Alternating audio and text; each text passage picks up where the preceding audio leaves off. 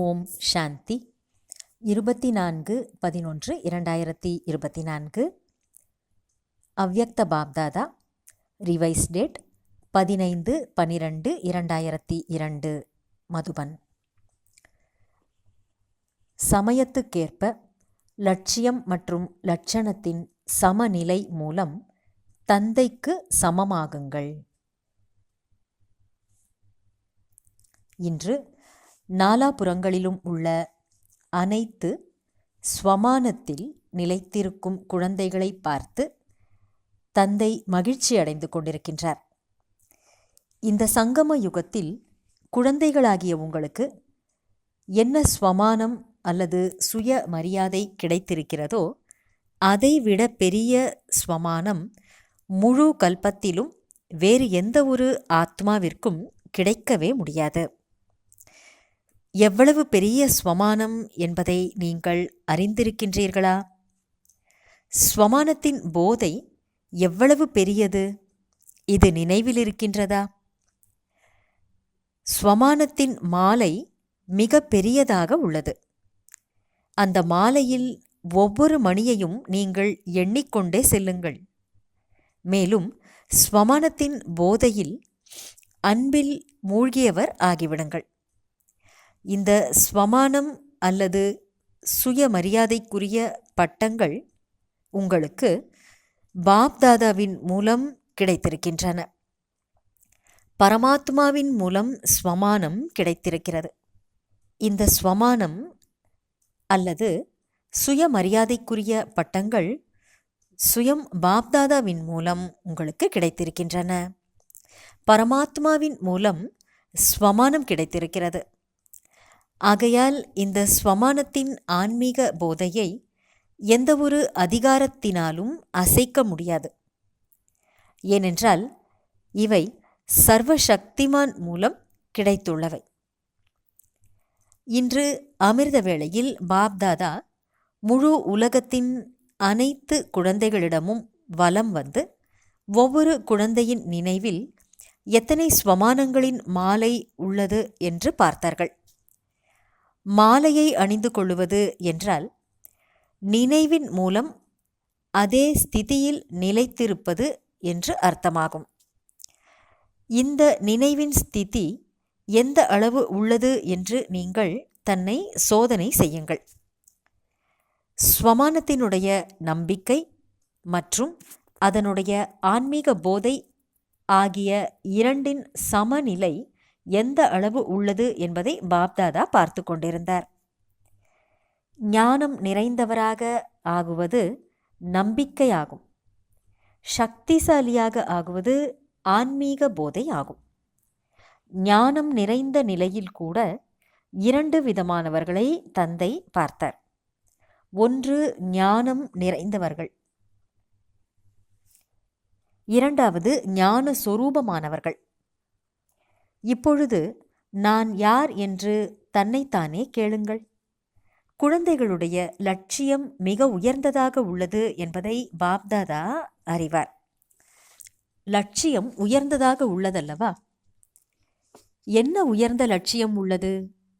தந்தைக்கு சமமாக போகிறோம் என்று அனைவரும் கூறுகிறீர்கள். தந்தை உயர்ந்ததிலும் உயர்ந்தவர் எனும்போது தந்தைக்கு சமமானவர் ஆகுவதற்கான லட்சியமும் எவ்வளவு உயர்ந்தது? லட்சியத்தை பார்த்து பாப்தாதா மிகவும் மகிழ்ச்சி அடைகின்றார்.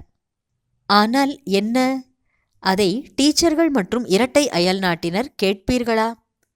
நீங்கள் புரிந்து கொண்டிருப்பீர்கள். பாப்தாதா லட்சியம் மற்றும் லட்சணம் சமமாக இருக்க வேண்டும் என்று விரும்புகின்றார். லட்சியம் மற்றும் லட்சணம், அதாவது நடைமுறை ஸ்திதி சமமாக உள்ளதா என்று இப்பொழுது தன்னிடம் கேளுங்கள். ஏனெனில் லட்சியம் மற்றும் லட்சணத்தில் சமமாவது இதுவே தந்தைக்கு சமமாவதாகும். சமயத்துக்கேற்ப இந்த சமநிலையை நெருக்கத்தில் கொண்டு வாருங்கள். நிகழ்காலத்தில் பாப்தாதாவினால் குழந்தைகளுடைய ஒரு விஷயத்தை பார்க்க முடியவில்லை. சில குழந்தைகள் வெவ்வேறு விதமாக தந்தைக்கு சமமாவதற்கான உழைப்பை செய்கின்றார்கள். தந்தையின் அன்புக்கு முன்னால் உழைப்பதற்கான அவசியமே இல்லை. எங்கே அன்பு உள்ளதோ அங்கே உழைப்பு இருக்காது. தேக அபிமானத்தின் தலைகீழான போதை, அதாவது இயல்பான தன்மை நேச்சராக ஆகிவிட்டது, நேச்சுரல் ஆகிவிட்டது, இயற்கையானதாகவும் ஆகிவிட்டது. தேக அபிமானத்தில் இருப்பதற்கு முயற்சி செய்ய வேண்டியுள்ளதா என்ன? அல்லது 63 பிறவிகள் முயற்சி செய்தீர்களா? தேக அபிமானம் இயல்பான தன்மையாக இயற்கையானதாகவும் ஆகிவிட்டது. இப்போதும் கூட சில நேரங்களில் ஆத்ம உணர்வுக்கு பதிலாக தேக உணர்வில் இருக்கின்றோம் என்று கூறுகிறீர்கள். இவ்வாறு தேக அபிமானம் நேச்சராக மற்றும் நேச்சுரலாக உள்ளதோ, இயல்பானதாக உள்ளதோ, அதே போல இப்பொழுது ஆத்ம அபிமானி ஸ்திதியும் நேச்சுரலாகவும் நேச்சராகவும் ஆக வேண்டும், இயல்பானதாகவும் இயற்கையானதாகவும் ஆக வேண்டும். இப்பொழுதும் சில நேரங்களில் என்னுடைய பாவனை அதுவல்ல, ஆனால் அது எனது நேச்சராகும் என்று கூறுகிறீர்கள் அல்லவா? அந்த நேச்சரை நேச்சுரல் ஆக்கியிருக்கிறீர்கள். அதாவது தேக உணர்வு என்ற நேச்சரை இயற்கையானதாக ஆக்கியிருக்கிறீர்கள். ஆனால் தந்தைக்கு சமமான நேச்சரை, ஆத்ம உணர்வை இயற்கையானதாக ஆக்கிக்கொள்ள முடியாதா? தவறான விஷயம் இயற்கையானதாக ஆகி அதன் வசம் ஆகிவிட்டீர்கள். தந்தைக்கு சமமாவதற்கான யதார்த்தமான சரியான நேச்சரை உருவாக்குவதில் ஏன் உழைப்பு தேவைப்படுகிறது? பாப்தாதா இப்போது அனைத்து குழந்தைகளிடமும் ஆத்ம அபிமானி நிலை இயற்கையானதாக இருப்பதை பார்க்க விரும்புகிறார்கள். பிரம்மா பாபாவிற்கு ஆத்ம அபிமானி ஸ்திதி என்பது போகும்போதும் வரும்போதும் எந்த ஒரு காரியத்தை செய்யும் போதும் இயல்பாக இருந்ததை நீங்கள் பார்த்தீர்கள். ஃபரிஷ்தா நிலை, கர்மாதீத நிலை, தந்தைக்கு சமமான நிலையை நேச்சுரலாக இயற்கையானதாக எப்படி ஆக்கிக் கொள்வது என்பதை பற்றிய இந்த உரையாடலை தற்சமயத்தில் விசேஷமாக தாதிகள் செய்கின்றார்கள். இயற்கையாக ஆகிவிட வேண்டும் என்று உரையாடல் செய்து கொள்கிறீர்கள் இல்லையா? ஃபரிஷ்தா ஆக வேண்டும், கர்மாதீத் ஆகிவிட வேண்டும், தந்தையை வெளிப்படுத்த வேண்டும் என்பதே தாதிக்கும் அடிக்கடி எண்ணம் வருகிறதல்லவா? ஃபரிஷ்தா நிலை அல்லது நிராகாரி கர்மாதீத்த நிலையை உருவாக்குவதற்கான விசேஷமான சாதனம் அகங்காரி ஆவதாகும். அதாவது அகங்காரம் அற்றவராக இருப்பதாகும். அகங்காரி தான் நிராகாரி ஆக முடியும். ஆகையால் தந்தை பிரம்மா மூலமாக இறுதி மந்திரத்தில் நிராகாரியுடன் கூடவே அகங்காரி என்ற வார்த்தையையும் கூறினார்.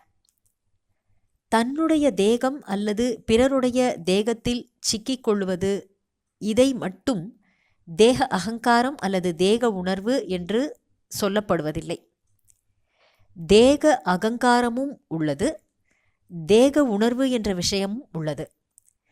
தன்னுடைய தேகம் அல்லது பிறருடைய தேகத்தின் உணர்விலே இருப்பது, பற்றில் இருப்பது, இந்த விஷயத்தில் பெரும்பான்மையினர் தேர்ச்சி பெற்றிருக்கிறார்கள். அதாவது இதை கடந்து சென்று விட்டார்கள். யார் முயற்சி செய்வதில் ஆர்வத்துடன் இருக்கிறார்களோ, உண்மையான முயற்சியாளர்களோ, அவர்கள் இந்த விஷயத்தை பெரிய ரூபத்திலிருந்து கடந்திருக்கிறார்கள். ஆனால் தேக உணர்வினுடைய அநேக சூட்சுமமான ரூபங்கள் உள்ளன. இவற்றின் பட்டியலை தங்களுக்குள் சேர்ந்து தயாரிக்க வேண்டும். பாப்தாதா இன்று இதை பற்றி கூறப்போவதில்லை. நீங்கள் அனைவரும் புத்திசாலி ஆகிவிட்டீர்கள். நீங்கள் அனைவரும் அறிவீர்கள் அல்லவா? ஒருவேளை அனைவரிடமும் கேட்டால் அனைவரும் மிகவும் புத்திசாலித்தனத்துடன் பதிலளிப்பீர்கள். ஆனால் பாப்தாதா சிறிய சகஜமான முயற்சியை மட்டும் செய்ய சொல்கின்றார். அதாவது சதா எண்ணம், சொல், செயல், சம்பந்தம் மற்றும் தொடர்பில் பிரம்மா பாபாவின் இறுதி மந்திரத்தின் 3 வார்த்தைகளான நிராகாரி, நிர் அகங்காரி மற்றும் நிர்விகாரி என்பதை சதா நினைவில் வைத்துக் கொள்ளுங்கள். ஒரு சங்கல்பம் செய்கிறீர்கள் என்றால் அதில் இந்த மகா மந்திரம் நிறைந்துள்ளதா என்று சோதித்து பாருங்கள். அதுபோலவே பேச்சு மற்றும் செயல் ஆகிய அனைத்திலும் இந்த 3 வார்த்தைகளை மட்டும் நினைவில் வைத்துக் கொள்ளுங்கள் மற்றும் சமநிலையை கொண்டு வாருங்கள். இது சுலபம்தானே? முழு முரளியை நினைவு செய்யுங்கள் என்று கூறவில்லை, 3 சொற்களை மட்டும் நினைவு செய்யும்படி கூறுகின்றோம். இந்த மகா மந்திரம் சங்கல்பத்தையும் உயர்ந்ததாக, சிரேஷ்டமானதாக ஆக்கிவிடும். பேச்சில் பணிவை கொண்டு வந்துவிடும். கர்மத்தில் அல்லது செயல்களில் சேவையின் உணர்வை கொண்டு வந்துவிடும். மற்றவர்களுடனான சம்பந்தம் மற்றும் தொடர்பில் சதா சுப பாவனை மற்றும் சுபமான விருப்பத்தின் உள்ளுணர்வை உருவாக்கிவிடும். பாப்தாதா சேவைக்கான செய்திகளையும் கேட்கிறார்கள். தற்போது சேவையில் விதவிதமான கோர்ஸ் எடுக்கின்றீர்கள். ஆனால் இப்பொழுது ஒரு கோர்ஸ் மீதம் உள்ளது. அது என்னவென்றால், ஒவ்வொரு ஆத்மாவுக்கும் என்ன சக்தி தேவையோ அந்த சக்தியின் கோர்ஸை எடுக்க வேண்டும். அதாவது அந்த சக்தியை நிரப்புவதற்காக சேவை செய்ய வேண்டும். பேச்சின் மூலம் சொல்வதற்கான பாடம் அல்ல, பேச்சின் கூடவே சக்தியை நிரப்புவதற்கான பாடமும் இருக்க வேண்டும். இதன் மூலம் அவர்கள் நன்றாக உள்ளது, நன்றாக உள்ளது என்று மட்டும் கூறாமல் நன்றாகவே ஆகிவிட வேண்டும். இன்று எனக்கு கொஞ்சம் சக்தி கிடைத்தது என்று வர்ணனை செய்ய வேண்டும். சிறிது அனுபவம் ஏற்பட்டாலும் அது ஆத்மாக்களுக்கு அதிகம்தான். கோர்ஸ் கொடுங்கள், அதாவது புதியவர்களுக்கு பாடத்தை சொல்லிக் கொடுங்கள். ஆனால் முதலில் தனக்கு சொல்லிக் கொடுத்து கொண்டு பிறகு மற்றவர்களுக்கு சொல்லுங்கள். எனவே பாப்தாதா என்ன விரும்புகின்றார் என்றால், லட்சியம் மற்றும் லட்சணத்தை சமமாக்குங்கள். பாப்தாதாவோ குழந்தைகளை சமான் நிலைக்கும் மேலே தன்னையும் விட உயர்வாக பார்க்கின்றார். சதா பாப்தாதா குழந்தைகளை தலையின் கிரீடம் என்று கூறுகின்றார்கள். கிரீடமோ தலையை விட மேலே உயர்வாக உள்ளதல்லவா? டீச்சர்ஸ், நீங்கள் தலையின் கிரீடமாக இருக்கிறீர்களா? பாருங்கள், ஒவ்வொரு குரூப்பிலும் எத்தனை டீச்சர்கள் இருக்கிறார்கள்? டீச்சர்கள், அதாவது நிமித்த சகோதரிகள், பாப்தாதாவின் ஒரு ஆசையை பூர்த்தி செய்வதற்கான சங்கல்பம் செய்திருக்கிறார்கள்.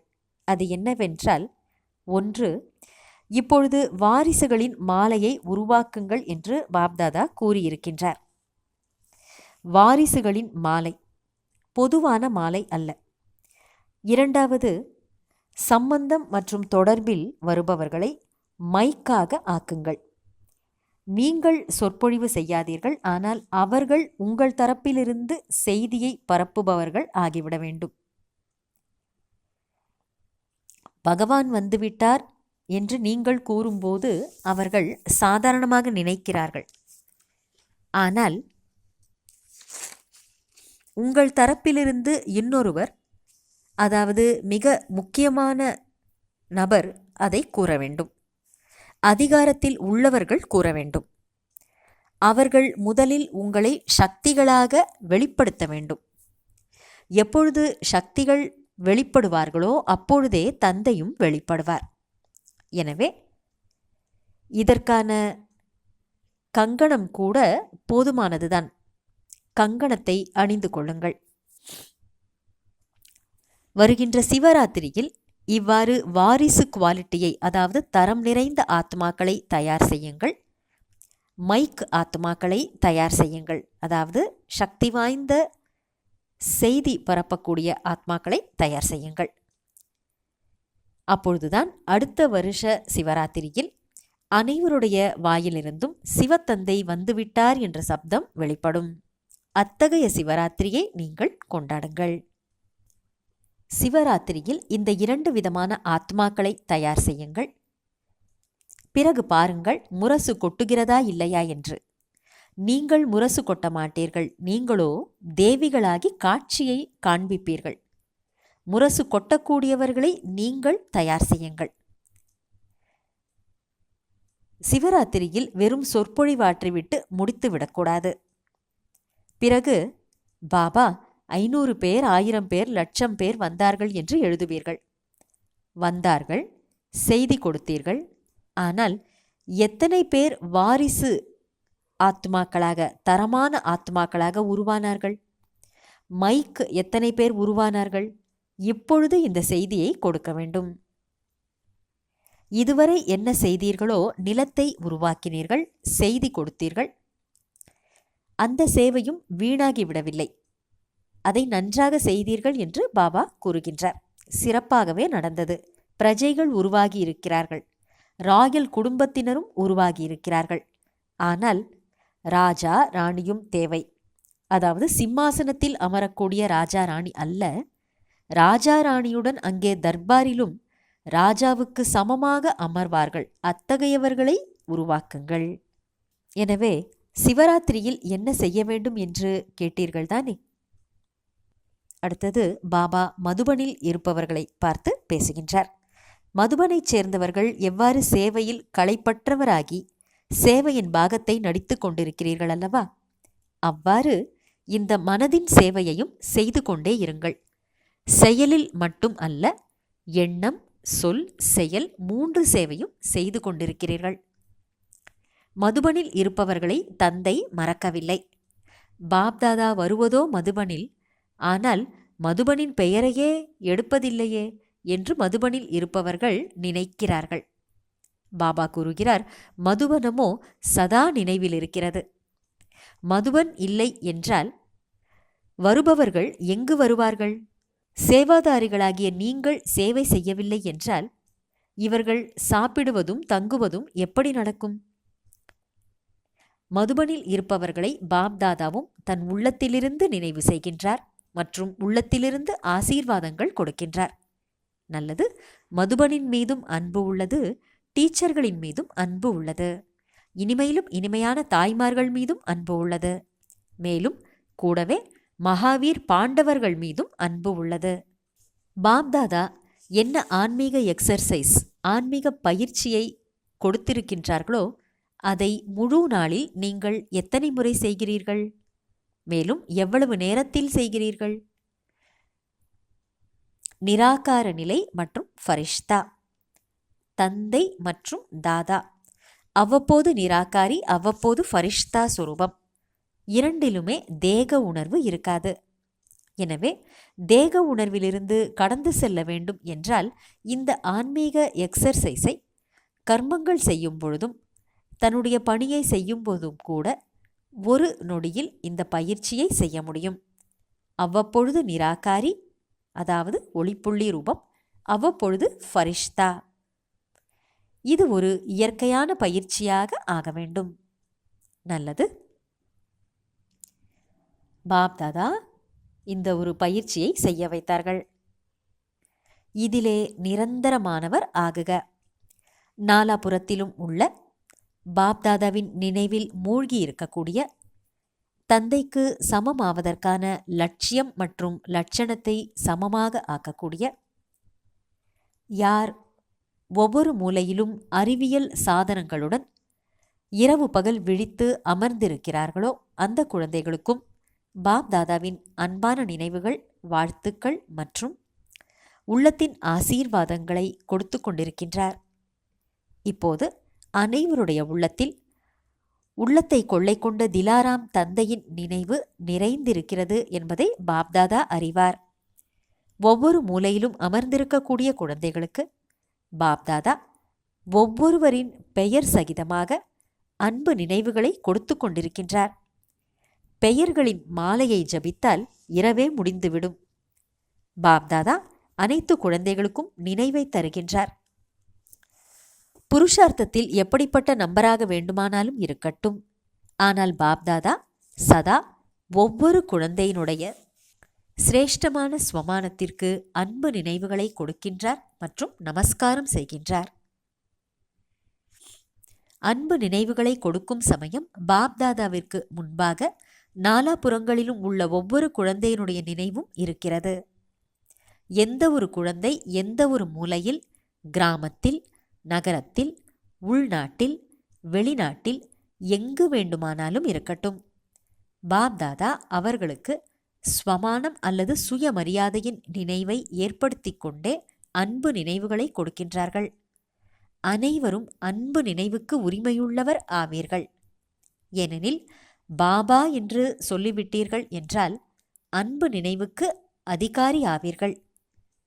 முன்னால் இருக்கக்கூடிய உங்கள் அனைவரையும் கூட பாப்தாதா ஸ்வமானத்தின் மாலை அணிந்திருக்கக்கூடிய சொரூபத்தில் பார்த்து கொண்டிருக்கின்றார்.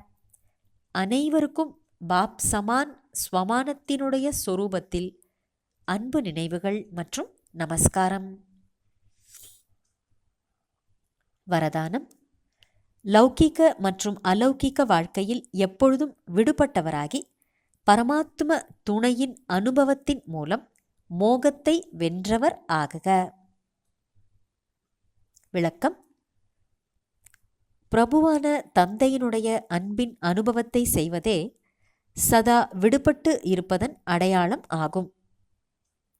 மேலும் எந்த அளவு அன்பு இருக்கிறதோ அந்த அளவு நீங்கள் தந்தையுடன் கூடவே சேர்ந்தே இருப்பீர்கள், தனியாக ஆக மாட்டீர்கள். சேர்ந்து இருப்பதையே அன்பு என்று சொல்லப்படுகிறது. எப்பொழுது தந்தை துணையாக இருக்கிறாரோ அப்பொழுது அனைத்து சுமைகளையும் தந்தையிடம் கொடுத்துவிட்டு நீங்கள் லேசானவர் ஆகிவிடுங்கள். மோகத்தை வென்றவராக ஆவதற்கான விதிமுறை இதுவே ஆகும். ஆனால் முயற்சி என்ற பாடத்தில் சதா இந்த வார்த்தையை அடிக்கோடிடுங்கள். சதா என்ற வார்த்தையை அடிக்கோடிட்டுக் கொள்ளுங்கள். லௌகீக மற்றும் அலௌகீக வாழ்க்கையில் இவ்வாறு சதா விடுபட்டு இருங்கள். அப்பொழுது சதா துணையினுடைய அனுபவம் உங்களுக்கு ஏற்படும். அதாவது தந்தையின் துணையின் அனுபவம் ஏற்படும். ஸ்லோகன்: விகாரங்கள் என்ற பாம்புகளை தன்னுடைய படுக்கையாக்கிக் கொண்டீர்கள் என்றால் நீங்கள் சகஜயோகி ஆகிவிடுவீர்கள். நல்லது. ஓம் சாந்தி.